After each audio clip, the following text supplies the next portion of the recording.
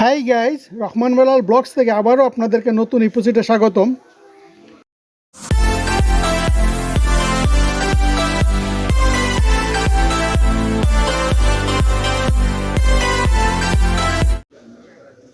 আজ আমি আপনাদের দেখাবো এমন একটি ইসলামী শহর যেখানে যাওয়ার জন্য প্রতিটি মুসলমানের হৃদয়ে আকুল হয়ে ওঠে।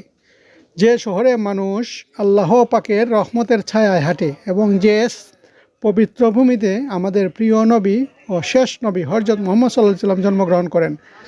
জি হ্যাঁ, আজকে আমি আপনাদের ঘুরিয়ে দেখাবো পবিত্র মক্কা মুকাররমা শহর, যেখানে বসবাসকারী মানুষদের জীবনযাত্রা, আরবদের রীতিনীতি ও তাদের বিস্ময়কর সংস্কৃতি, পাশাপাশি মক্কায় অবস্থিত পবিত্র জিয়ারতের স্থানগুলোও। এছাড়া মক্কা সম্পর্কে এমন সব সত্য তুলে ধরবো যা হয়তো আপনারা আগে কখনো শুনেননি। তাহলে দেরি না করে আজকের এই চমৎকার ভিডিওটি শুরু করি। তবে তার আগে লাইক, শেয়ার এবং চ্যানেলটি সাবস্ক্রাইব করতে ভুলবেন না। বন্ধুরা, মক্কা মুকাররমা এমন একটি পবিত্র শহর যা প্রত্যেক মুসলমানই অন্তর দিয়ে সম্মান করে। এই শহরের আসল ও সরকারি স্বীকৃত নাম হলো মক্কা আল মুকাররমা, তবে প্রাচীনকালে এটিকে শুধু মক্কা বলা হতো। কুরআন পাকের সূরা আল ইমরান আয়াত নাম্বার ৯৬-এও এই নামটি উল্লেখ রয়েছে। মক্কার মোট জনসংখ্যা প্রায় ২০ লক্ষের কাছাকাছি এবং এটি সৌদি আরবের তৃতীয় সর্বাধিক জনবহুল শহর। বিস্ময়ের বিষয় হলো এই জনসংখ্যার মোট ৪০% স্থানীয় আরব লোকজন আর বাকি ৬০% বিভিন্ন বিদেশি নাগরিক। শহরটির আয়তন প্রায় ১,২০০ বর্গ কিলোমিটার। এটাই সেই শহর যা ইসলামের সবচেয়ে পবিত্র স্থান, কারণ এখানে অবস্থিত আল্লাহ পাকের গড় কাবা শরীফ। এই স্থানটি মসজিদুল হারাম নামেও পরিচিত। এখানেই আমাদের প্রিয় নবী হযরত মুহাম্মদ সাল্লাল্লাহু আলাইহি ওয়াসাল্লাম জন্মগ্রহণ করেন। এখান থেকেই আল কুরআনের প্রথম ওহী নাজিল হয় এবং এখান থেকে ইসলামের বার্তা সমগ্র পৃথিবীতে ছড়িয়ে পড়ে। মক্কা শহরটি জেদ্দা থেকে ৮৪ কিলোমিটার দূরে অবস্থিত। প্রিয় নবী উনার জীবনের বড় অংশ মক্কার কাটিয়েছেন, তাই এখানে অসংখ্য পবিত্র স্থান রয়েছে যা উনার জীবনের সাথে গভীরভাবে জড়িত। ভিডিওর পরবর্তী অংশে এসব স্থান দেখাবো। মক্কায় বসবাসকারী অধিকাংশ মানুষ বিভিন্ন দেশ থেকে এসেছেন। পাকিস্তান, ভারত, বাংলাদেশ, মিশর, ফিলিস্তিন, ইন্দোনেশিয়া, মালয়েশিয়া, এসব দেশের বহু মানুষ এখানে কর্মসংস্থানের জন্য থাকেন। তারা সাধারণত হোটেল, পরিবহন খাত, হারামের আশেপাশে দোকান ও রেস্তোরাঁয় কাজ করেন। হারামের কাছাকাছি অনেক পাকিস্তানি ও বাংলাদেশি রেস্তোরাঁ পাওয়া যায়, তাই খাবারের জন্য কোনো সমস্যা হয় না। বন্ধুরা, মক্কার পরিবেশ অত্যন্ত প্রশান্তিময়। এখানে আমি আসার পর দেখেছি প্রতিটা মানুষ এক ধরনের রুহানি শান্তি ও হৃদয়ের প্রশান্তি অনুভব করেন, যা পৃথিবীর অন্য কোথাও পাওয়া যায় না। যখন মানুষ লাব্বাইক আল্লাহুম্মা লাব্বাইক বলে, তখন মনে হয় যেন পুরো সত্তা আল্লাহর সামনে নত হয়ে গেছে। আজকের মক্কা একটি আধুনিক শহরে পরিণত হয়েছে। এখানে উঁচু উঁচু ভবন, আধুনিক 5 স্টার হোটেল, বিশাল শপিং সেন্টার এবং নানা সুবিধা সবই মসজিদুল হারামের আশেপাশে পাওয়া যায়। দিন কিংবা রাত, হারামের চারপাশে আলোয় ভরা পথঘাট, আজানের সুমধুর সুর ও ইবাদতে নিমগ্ন মানুষ মিলে এমন এক পরিবেশ, এমন এক দৃশ্য সৃষ্টি করে যা হৃদয়কে গভীরভাবে ছুঁয়ে যায়। মক্কার মানুষ তাদের অতিথি পরায়ণতা ও আন্তরিকতার জন্য বিখ্যাত। তারা সাধারণত সাদা সিধে জীবনযাপন করেন, সৎ এবং সাহায্যপরায়ণ। এখানে আগত প্রতিটি আল্লাহর মেহমানকে তারা ভালোবাসেন ও সম্মান দিয়ে থাকেন এবং তাদের আচরণে সত্যিকারের ইবাদতের প্রতি গভীর অনুরাগ লক্ষ্য করা যায়, যা সৌদি আরবের অন্যান্য শহরের মানুষ থেকে ভিন্ন। হে বন্ধুরা, মক্কা বিশ্বের প্রাচীনতম শহরগুলোর মধ্যে অন্যতম। অতীতে যখন মানুষ বুতের পূজা করত, তখন আল্লাহ তাআলা তাদের জন্য প্রিয় নবী হযরত মুহাম্মদ সাল্লাল্লাহু আলাইহি ওয়াসাল্লামকে মক্কার জমিতে পাঠান। উনি মক্কার কুরাইশ বংশে বনি হাসিম পরিবারে জন্মগ্রহণ করেন। এই বরকতময় পরিবার থেকেই ইসলামের আলো সমগ্র বিশ্বে ছড়িয়ে পড়ে। সেই সময় মানুষ মূর্তির ইবাদত করত, এমনকি কাবাগরের ভেতরে ৩৬০টি মূর্তি স্থাপন করা ছিল। মানুষ এসব মূর্তির সামনে নত হতো, তাদের কাছে দোয়া চাইতো এবং এটিকে ইবাদত মনে করত। কিন্তু আল্লাহ তাআলা তাহার নবীকে এই অন্ধকার যুগে আলো হিসেবে পাঠান। নবী করিম সাল্লাল্লাহু আলাইহি ওয়াসাল্লাম কাবাগরের সব মূর্তি অপসারণ করেন এবং এটিকে একমাত্র আল্লাহর জন্য পবিত্র স্থান হিসেবে নির্দেশ দেন। সেই দিন থেকেই আজ পর্যন্ত কাবাগর আল্লাহর ইবাদতের জন্য স্থান হিসেবে চলে আসছে। বন্ধুরা, হয়তো অনেকে জানেন না, কাবাগরের গঠন সম্পূর্ণ বর্গাকার নয়। এর সম্মুখ দিকের দৈর্ঘ্য ১২ মিটার এবং অপর পাশের 10 মিটার, উচ্চতা প্রায় 43 ফুট, অর্থাৎ 13 মিটারের কাছাকাছি। কাবাঘরের দরজার ভেতর থেকে স্টিলের তৈরি এবং বাহিরে খাঁটি সোনার প্লেটিং করা। শুধু দরজার প্লেটিংয়েই প্রায় 250 গ্রাম খাঁটি সোনা ব্যবহার করা হয়েছে। যদি কাবাঘরের ইতিহাস দেখি তাহলে তা অত্যন্ত প্রাচীন। হজরত ইব্রাহিম আলাইসাল্লাম এবং উনার পুত্র হজরত ইসমাইল আলাইসাল্লাম কাবাঘরের ভিত্তি স্থাপন করেন। কোরআনেও এই ঘটনার উল্লেখ আছে। সেই সময় এটি ছিল একটি সাধারণ আয়তাকার স্থাপনা, যার 2টি দরজা ছিল, একটি প্রবেশের এবং অন্যটি বের হওয়ার জন্য, এবং ছাদ ছিল না। হযরত আব্দুল্লাহ ইবনে জুবায়ের রাদিয়াল্লাহু তাআলা আনহু এর যুগে আগুন লাগার কারণে কাবাঘরের ইমারতের বেশ ক্ষতি হয়েছিল। তাই তিনি কাবাঘরকে নতুন করে পুনর্নির্মাণ করান। তিনি ইমারতকে কিছুটা বড় করে তোলেন। হযরত ইব্রাহিম আলাইহিস সালামের সময়কার দ্বিতীয় দরজাটি ও পুনরায় খুলে দেন এবং হাতিম অংশটিকে কাবার সীমানার মধ্যে অন্তর্ভুক্ত করেন। হাতিম হলো কাবার সঙ্গে লাগোয়া অর্ধবৃত্তাকার ছোট এলাকা, যা প্রাচীনকাল থেকেই কাবার অবিচ্ছেদ্য অংশ বলে ধরা হয়। পরবর্তীতে হাজ্জাজ ইবনে ইউসুফ খলিফা আব্দুল মালেক মারওয়ানের হুকুমে কাবাকে আবার পরিবর্তন করেন। এইবার হযরত আব্দুল্লাহ ইবনে জুবায়েরের করা কিছু পরিবর্তন বাতিল করা হয়। দ্বিতীয় দরজা আবার বন্ধ করে দেওয়া হয় এবং কাবাকে প্রাচীন নকশায় আবার ফিরিয়ে নেওয়া হয়। আর সেই কাঠামোই আজ পর্যন্ত বহাল রয়েছে। 1629 খ্রিস্টাব্দে একটি বড় বন্যায় আবার কাবাঘরের দেয়াল ক্ষতিগ্রস্ত করে। তখন উসমানীয় খলিফা সুলতান মুরাদ চতুর্থ পুরো ইমারতের মজবুত মেরামতের ব্যবস্থা করেন। পরে সৌদি সরকার সময় ধরে কাবার চারপাশে সাদা পাথরের স্তর যুক্ত করেন এবং ভেতরের অংশে সোনা ও নকশা দিয়ে সৌন্দর্য বৃদ্ধি করেন এবং কাবার গিলাফকে আরও উন্নত মানের রেশম দিয়ে প্রস্তুত করা। এবার আসা যাক মক্কার লোকদের বিয়ের রীতি রেওয়াজের কথায়। আরবদের বিয়ের আয়োজন বিশ্বের অন্য অঞ্চলের তুলনায় অনেকটাই আলাদা এবং অত্যন্ত আকর্ষণীয়। বেশিরভাগ আরব বিয়ে রাতে অনুষ্ঠিত হয়। তাতে খুশি প্রকাশ, গান, বাজনা এবং নৃত্যের একটি বিশেষ ধরন দেখা যায়। শহরের বিয়ে মূলত বড় বড় মেরিজলেই হয়, কিন্তু গ্রামীণ অঞ্চলে এই আয়োজন খোলা আকাশের নিচে করা হয় এবং এই গ্রামীণ বিয়েগুলো আরও বেশি ঐতিহ্যবাহী হওয়ায় বেশ মনোমুগ্ধকর মনে হয়। আরবদের বিয়েতে খাবারের বিশেষ বৈশিষ্ট্য হলো একটি বড় থালায় খাবার পরিবেশন করা হয় এবং সবাই মিলে একসঙ্গে খায়। এটি ঐক্যের প্রতীক এবং বরকতের নিদর্শন হিসেবে গণ্য। সবচেয়ে জনপ্রিয় খাবার হলো মামদি বা ছাগল বা মুরগির মাংস দিয়ে তৈরি এই বিশেষ খাবার।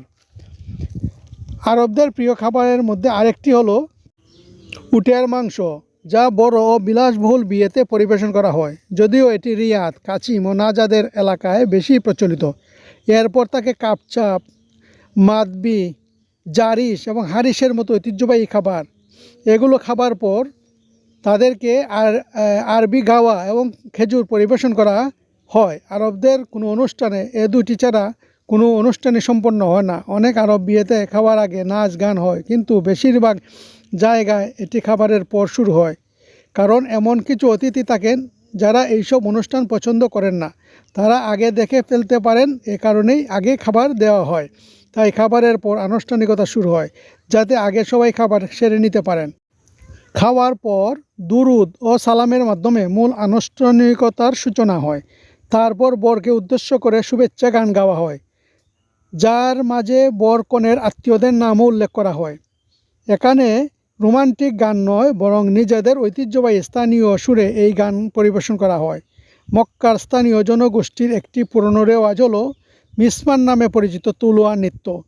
এতে অংশগ্রহণকারীরা হাতে তলোয়ার দুলিয়ে নৃত্য করে, আর সেই দৃশ্য তাদের বীরত্ব সংস্কৃতি প্রকাশ করে।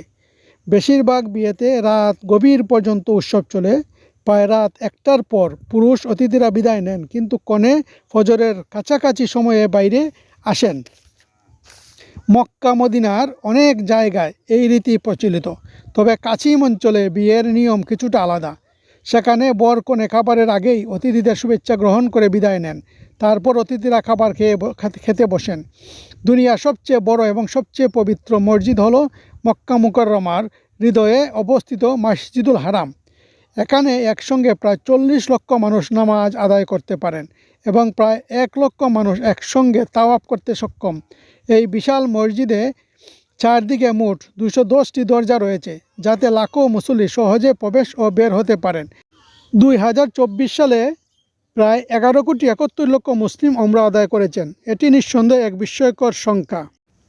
মক্কা শহরে কোনো বিমানবন্দর নেই, তাই হজ বা ওমরার জন্য আসা যাত্রীদের জেদ্দা আন্তর্জাতিক বিমানবন্দরে নামতে হয়। এই বিমানবন্দর শুধু আধুনিকই নয়, বরং বিশ্বের ব্যস্ততম বিমানবন্দরগুলোর একটি। ওমরা ভিসার সঙ্গে অনেক সময় ট্রান্সপোর্ট সার্ভিসও দেওয়া হয়, যা 1.5 ঘন্টার মধ্যে যাত্রীদের মক্কায় পৌঁছে দেয়। সাধারণত বাসগুলো ইব্রাহিম খলিল রোডে অবস্থিত বিখ্যাত কবুতর চত্বরে নামিয়ে দেয়। ইব্রাহিম খলিল রোড মক্কার সবচেয়ে ব্যস্ততম ও জাঁকজমকপূর্ণ এলাকা। দিন রাত এখানে মানুষের ভিড়। রেস্টুরেন্ট, দোকান, হোটেল কি নেই এখানে। তাই অধিকাংশ যাত্রী এই এলাকাতে থাকার ব্যবস্থা করেন, কারণ এখানে সুবিধা বেশি এবং কাবা শরীফের দূরত্ব কম। হারামের একদম কাছে রয়েছে 5 তারকা হোটেলগুলো, তার পেছনে 2 তারকা এবং আরও কিছু দূরে 3 তারকা হোটেল পাওয়া যায়। মক্কা মদিনার পবিত্র সফরে যারা আসেন তাদের জন্য একটি জরুরি পরামর্শ হলো, হোটেল বুক করার সময় অবশ্যই হোটেলের নাম ও হারামের সঠিক দূরত্ব জেনে নিতে হবে। ইব্রাহিম খলিল রোড ধরে সোজা এগুলে পৌঁছে যাবেন 79 নম্বর কিং ফাহাদ গেটে, যা ওমরা পালনকারীদের জন্য অন্যতম প্রধান প্রবেশদ্বার। আরেকটি গুরুত্বপূর্ণ দরজা হলো কিং আব্দুল আজিজ গেট, যা ক্লক টাওয়ারের একদম সামনেই অবস্থিত। 79 নং গেট দিয়ে মসজিদুল হারামে প্রবেশ করলে সামনে সিঁড়ি বেয়ে নিচে নামলেই আপনি পেয়ে যাবেন পবিত্র মুতাফ এলাকায়, যেখানে অবস্থিত আল্লাহর গড় কাবা শরীফ। প্রথমবার যখন কারো চোখ কাবাগরের দিকে পড়ে, তখন হৃদয়ে এক অনন্য রুহানিয়ত ও আবেগে ভরে যায়। অনায়াসেই চোখে পানি চলে আসে, শরীর কেঁপে ওঠে, আর মানুষ নিজের অজান্তেই আল্লাহর সামনে নিজের সব চাওয়া পাওয়াগুলো তুলে ধরতে চায়। সেই মুহূর্তের অনুভূতিগুলো বর্ণনাতীত। আল্লাহ তাআলা যেন সমস্ত মুসলমানকে এই পবিত্র করে বারবার জিয়ারত করার তৌফিক দান করেন। কাবাগরের নিচের অংশে অর্থাৎ বেজমেন্টে রয়েছে সেই ঐতিহাসিক জমজম কূপ, যার পানি সারা বিশ্বের মুসলমানরা শেফা, বরকত ও স্বাস্থ্যের জন্য পান করেন। আশ্চর্যের বিষয়, যুগের পর যুগ কেটে গেলেও জমজমের পানি কখনো শুকায়নি এবং এর স্বাদও বদলায়নি। যদিও প্রতিদিন লক্ষ লক্ষ মানুষ এই পানি পান করেন ও লক্ষ লক্ষ লিটার পানি বিতরণ করেন এবং হাজিরা আসার সময় এই পানি নিয়ে আসেন। বৈজ্ঞানিকভাবেও জমজমের পানিতে বিশেষ খনিজ উপাদান ও শেফাদায়ক বৈশিষ্ট্য পাওয়া গেছে, যা সাধারণ পানিতে নেই। জমজমের কাছেই রয়েছে সাফা ও মারোয়া, দুটি পাহাড়ে মুসলমানরা সাই সম্পন্ন করেন। হারামের গেট কুড়ি দিয়ে বের হলে দেখতে পাওয়া যায় সেই ঐতিহাসিক স্থান যেখানে ছিল হযরত মুহাম্মদ সাল্লাল্লাহু আলাইহি ওয়াসাল্লামের গড়, যা বর্তমানে একটি লাইব্রেরিতে রূপান্তরিত করা হয়েছে। মক্কার প্রতিটি স্থানে রয়েছে রুহানিয়ত ও অতীত ইতিহাসের ছাপ। হারামের আজান পৃথিবীর সবচেয়ে মধুর আজান, যা প্রতিটি শব্দ মানুষকে আধ্যাত্মিক প্রশান্তিতে ভরিয়ে তোলে। এখন যাত্রা জান্নাতুল মাওয়াল্লা ও জাবালে নূরের দিকে। ইব্রাহিম খলিল রোড থেকে মাত্র 40 রিয়ালে ট্যাক্সি পাওয়া যায়। প্রথমে ট্যাক্সি নিয়ে যাবেন জান্নাতুল মুআল্লায়, যেখানে শায়িত আছেন মুমিনদের মা হযরত খাদিজা রাদিয়াল্লাহু তাআলা। এরপর অল্প দূরত্বেই জাবালে নূর, যেখানে প্রথম ওহী নাজিল হয়েছিল। শিখরে উঠতে প্রায় 2 ঘন্টা সময় লাগে। ঘরের ভিতরের পথ অত্যন্ত সরু। এখান থেকে হারামের ক্লক টাওয়ারও দেখা যায়। নবী করিম সাল্লাল্লাহু আলাইহি সাল্লাম এখানেই ইবাদত করতেন এবং হযরত খাদিজা রাদিয়াল্লাহু তাআলা তাকে খাদ্য পৌঁছে দিতেন। এবার যাত্রা মসজিদে আয়েশার দিকে, যা মক্কার সীমানার বাহিরে অবস্থিত এবং এটিকে মিকাত বলা হয়। এখান থেকে মানুষ নতুন নিয়ত করে 2 রাকাত নফল নামাজ আদায় করে ওমরা করতে যান। হারাম থেকে 9 কিলোমিটার দূরে মিনা, যেখানে হজের সময় 5 ওয়াক্ত নামাজ আদায় করা হয়। এর কাছেই মুজদালিফা ও আরাফাতের ময়দান। হজের সময় আরাফাতের ময়দানে লাখো হাজিতে ভরে ওঠে। খোলা আকাশের নিচে শুধু দুয়া, ইবাদত আর লাব্বাইক আল্লাহুম্মা লাব্বাইক ধ্বনি প্রতিধ্বনিত হয়। এই দৃশ্য সত্যি হৃদয়কে নাড়া দেয়। মক্কার আরেকটি ঐতিহাসিক স্থান হলো গারে শাওন, যেখানে হিজরতের সময় নবী করিম সাল্লাল্লাহু আলাইহি সাল্লাম ও হযরত আবু বকর রাদিয়াল্লাহু তাআলা আনহু আশ্রয় নিয়েছিলেন। আরও রয়েছে কিচুয়া ফ্যাক্টরি, যেখানে কাবাগরের গিলাফ তৈরি হয়। খাঁটি রেশমে বুনা এ গিলাফে সোনা ও রূপার সুতা দিয়ে কোরআনের আয়াত অঙ্কিত করা হয়। গিলাফ তৈরিতে প্রায় 8 মাস সময় লাগে এবং দক্ষ কারিগররা অত্যন্ত সুনিপুণভাবে প্রতিটি দাগা বুনে থাকেন। আগে এটি প্রতি বছর 9 জিলহজে পরিবর্তন করা হতো। এখন ইসলামের নববর্ষ প্রথম দিন অর্থাৎ 1 মুহররমে পরিবর্তন করা হয়। মক্কা শহরের সবচেয়ে নজরকাড়া স্থাপনা হলো 601 মিটার উচ্চতার ক্লক টাওয়ার, যা পৃথিবীর বৃহত্তম গড়ি টাওয়ার। এই গড়ির ওজন প্রায় 400 টন।